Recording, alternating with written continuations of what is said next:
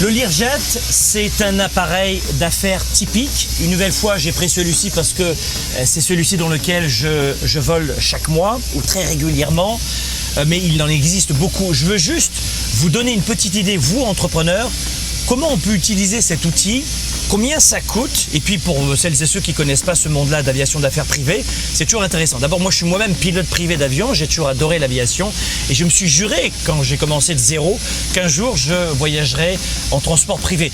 Depuis mars 2020, avec ce qui s'est passé dans le monde, vous le savez, de voyager avec sa femme, ses enfants, ses collaborateurs dans un avion privé, en pleine sécurité sanitaire, c'est toujours aussi un avantage, et encore plus en ce moment. Neuf, un appareil comme celui-ci, ça coûte environ 10 millions de dollars canadiens.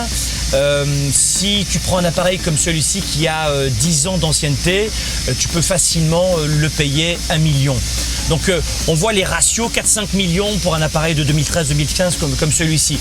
Quand on achète un appareil, et qu'on n'est qu'une entreprise, souvent sur les entreprises qui achètent des appareils comme celui-ci, 10 millions de dollars, vous allez me dire mais ça coûte très très cher. C'est vrai que ça coûte cher. Mais l'astuce, c'est de louer l'appareil au maximum quand il ne vole pas. Lorsque vous n'utilisez pas un appareil comme celui-ci, eh bien, vous allez tout simplement le louer. Vous avez des locations de jets privés, comme ici à Montréal, qui louent l'appareil quand vous ne volez pas. Et en clair, pour vous dire, non, ça ne va pas payer le crédit comme une maison, mais sur le coût d'un appareil neuf, 10 millions de dollars, si vous le louez, vous aurez probablement un appareil qui va vous ramener en revenu 800 000 dollars canadiens par an.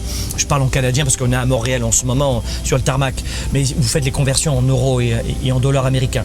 Donc les 800 000 dollars que vous ramène en location dans une société comme celle-ci, ça peut être plus, ça peut être moins, ça va peu ou prou payer les frais d'entretien et d'entrepôt de l'appareil, parce que ça coûte très cher.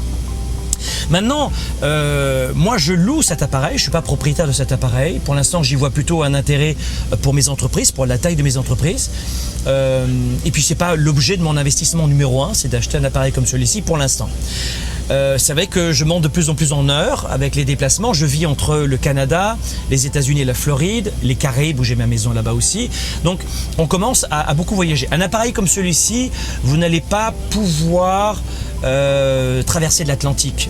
Ça, c'est impossible. Vous allez faire des milliers de kilomètres, mais vous ne pourrez pas traverser l'Atlantique. Je dirais que sur le coût d'un appareil comme celui-ci à la location, on va revenir directement, c'est environ 5 000 dollars de l'heure canadien. Alors le grand public va dire c'est énorme, mais les entrepreneurs, vous voyez de quoi je parle, vous passez ça en facture, c'est des frais de déplacement, et c'est pour 8 personnes. Ça veut dire que c'est pour une heure de vol, c'est 600-650 dollars canadiens, peut-être 500 euros environ de l'heure de vol. C'est-à-dire que vous réalisez, et c'est pour ça que je fais cette vidéo pour vous ouvrir les yeux, les entrepreneurs, c'est pas une vidéo pour le grand public évidemment, c'est que vous réalisez, enfin moi j'ai un gain de temps considérable. Beaucoup de gens me disent mais comment tu fais pour faire autant d'événements, plus d'une centaine d'événements à l'année à travers le Canada, les États-Unis, j'en ai certains en Europe, grand public, mais comment tu fais? Eh bien c'est ça ma secret sauce, c'est d'avoir un système informatique parfaitement adapté, des employés, des collaborateurs qui font partie d'une grande famille avec les mêmes valeurs, d'avoir un très bon scaling d'entreprise, d'automatiser un maximum et de compresser le temps.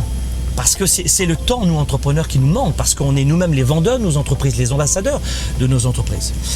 Donc, si vous regardez bien, à peu près 600 dollars de l'heure, un peu plus de 500 euros de l'heure à 8, c'est meilleur marché qu'une business class où vous allez vous taper l'aérogare. Je ne parle même pas des virus, des machins comme ça. Vous allez dans l'aérogare, les fouilles, la douane. Ici, il n'y a pas de fouilles. Moi, je pars du Canada. Alors, quand vous arrivez dans un pays, oui, vous avez je vais vous en parler dans un instant. Mais quand je parle, il n'y a pas de police, il n'y a pas de douane, il n'y a pas de fouilles. Là, ici, en ce moment, on est dans un déplacement un peu particulier. Je transfère des fichiers informatiques. Donc là, j'ai 15 valises. On transporte 15 valises dans le voyage dont je vous parle aujourd'hui. L'avion, il est plein à craquer, mais 15 valises dans un avion de ligne, ça vous coûte une fortune. Donc, je ne vous dis pas c'est chouette, c'est pas cher et c'est pour tout le monde, pas du tout. Je ne vous dis pas non plus que le jet privé, ça amène le bonheur comme l'argent. L'argent n'amènera jamais le bonheur. Ni une BM, ni une Mercedes, une Lamborghini ou une Ferrari, ça n'amène pas le bonheur. En revanche, vous devez comprendre que quand on est entrepreneur, c'est un outil de travail. C'est un véritable outil de travail. Et puis pour le grand public, maintenant je sais que dans le hangar derrière moi, je ne vais pas filmer parce qu'il y a beaucoup d'avions, il y a des immatriculations, dont certains c'est des copains, et ils veulent pas. Parce que le grand public juge les gens qui ont des belles voitures, juge les gens qui ont de beaux habits, juge les gens qui volent en jet privé. C'est arrogant, c'est m'as-tu vu, c'est tape à l'œil. Mais c'est le quotidien aussi. Alors évidemment ça attire beaucoup plus certains haineux, certains haters comme on dit dans les réseaux sociaux, ces gens-là qui vous jalousent. Mais regardez bien, si tu es dans le métro avec un parfum que quelqu'un n'aime pas, il va te détester. On va te juger parce que tu écoutes ce style de musique. On va juger aussi quelqu'un qui est dans la rue, qui est mendiant, qui demande de l'argent. Est-ce que vous avez vu les gens qui sont dans la rue? Je fais un parallèle, la façon dont ils sont regardés, mais ils sont rejetés. Ils sont rabroués, ils attirent la compassion. Combien d'argent, combien de centaines d'euros, de dollars t'as donné le mois dernier à des mendiants dans la rue? Vous voyez ce que je veux dire? Donc quoi que vous fassiez dans la vie entrepreneur, maintenant qu'on a parlé de l'aspect technique, l'aspect moral, l'aspect psychologique, quoi que tu fasses, tu vas être rejeté. Autant être rejeté parce que tu as réussi et tu rends ta famille, tes collaborateurs et tes clients heureux. Le but du jeu en tant qu'entrepreneur, et c'est ce que je fais chaque année, j'accompagne des milliers d'entrepreneurs, c'est de leur expliquer, et je ne montre pas souvent les coulisses comme cela, mais je sais que beaucoup de gens le demandaient.